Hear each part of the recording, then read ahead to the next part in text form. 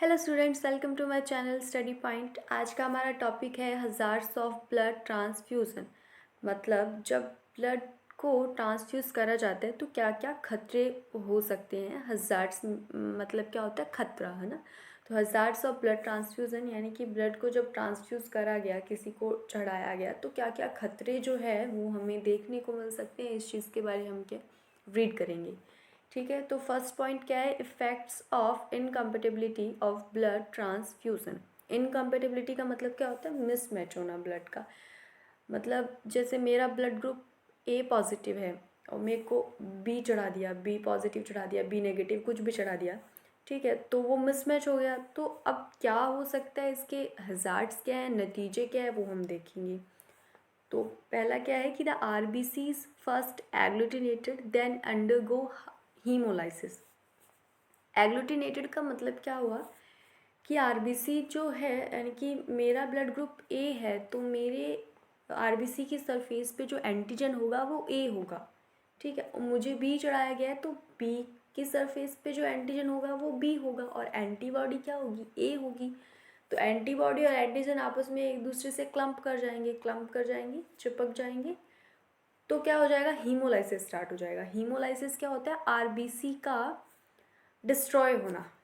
RBC का destroy होना क्या होता है, हीमोलाइसिस होता है। तो फर्स्ट क्या होगा, आरबीसी एग्लूटिनेटेड होंगी, then undergo haemolysis. Okay, the clinical reactions can occur. Clinical reactions क्या क्या रिएक्शंस हो सकते हैं इन एम्पेरेंट हीमोलाइसिस, ठीक है। Injected RBCs rapidly destroy then recipient's blood returning within a week or less to its pre transfusion state, ठीक है। Recipient का जो ब्लड है कम से कम एक हफ्ता लगेगा उसको पहले जैसे स्टेट में आने के लिए, चढ़ाने के बाद, वो भी प्री ट्रांसफ्यूजन स्टेट, ना कि वो ठीक हो जाएगा, ठीक है।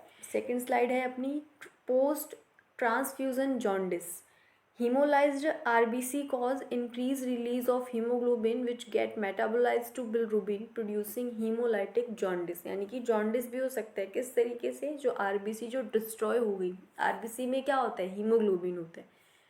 तो लगातार आरबीसी डिस्ट्रॉय होगी तो हीमोग्लोबिन क्या है, रिलीज होएगा। हीमोग्लोबिन क्या है, बिलिरुबिन के साथ में जाके मेटाबोलाइज हो जाएगा। बिलिरुबिन क्या, एक एंजाइम है, ठीक है, जिसके भरने से क्या है, जॉन्डिस हो जाता है।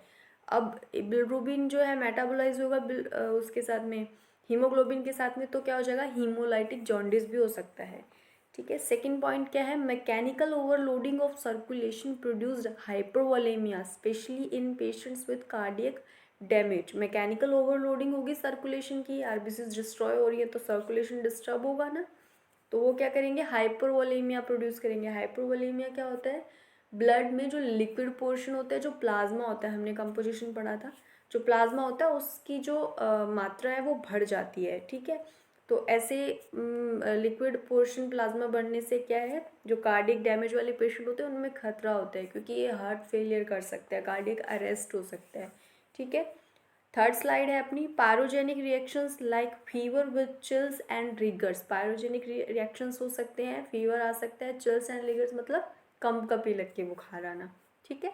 फोर्थ पॉइंट है, allergic reactions can occur, example rashes. Allergic reactions हो सकते हैं जैसे स्किन रैशेज हो गए, तो ये भी हो सकता है। फिफ्थ पॉइंट क्या है, transmission of disease like malaria, AIDS, syphilis, jaundice, जिसको वायरल हेपेटाइटिस भी कह सकते हैं।